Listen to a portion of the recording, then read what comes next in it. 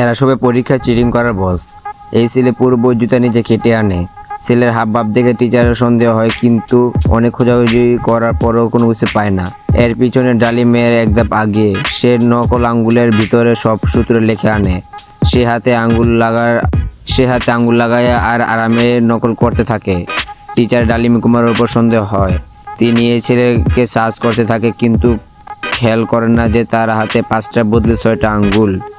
এই মেয়ে তো ঘড়ির চেনের উপর উত্তর লিখে আনে। এর পাশে মেয়েটি মাথার বেনের উপর উত্তর লিখে আনছে। কিন্তু এই ছেলে তো সবার ওস্তাদ। তার কলমের একটা হাইড্রোলিক যন্ত্রর সাথে লাগায়। বাহিরে তারা কন্ট্রোল করছে তার বন্ধু। যেমনে করে ছেলেটি ঠিক তেমনি করে।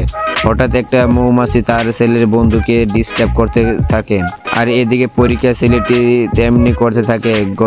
ঘটনা বেশি খারাপ হতে থাকে। তখন সে টিচারের উপর আক্রমণ করে।